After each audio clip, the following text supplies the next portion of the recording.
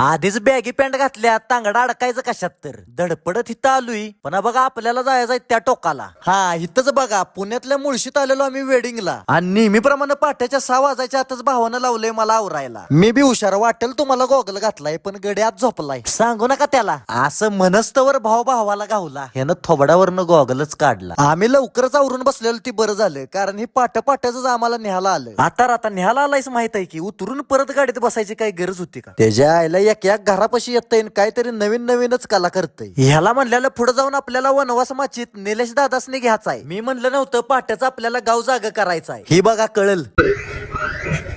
आहो निलेश दादा, व्हिडिओग्राफीला बोलवलंय तुम्हाला, आणि तुम्ही असल्या पिशव्या आणली ती वाटतंय निघालायसा बाजारला. पिशव्या तेवढ्या क्वालिटीज आणली त्या बरं. कुठं आणली? तंबाखूवर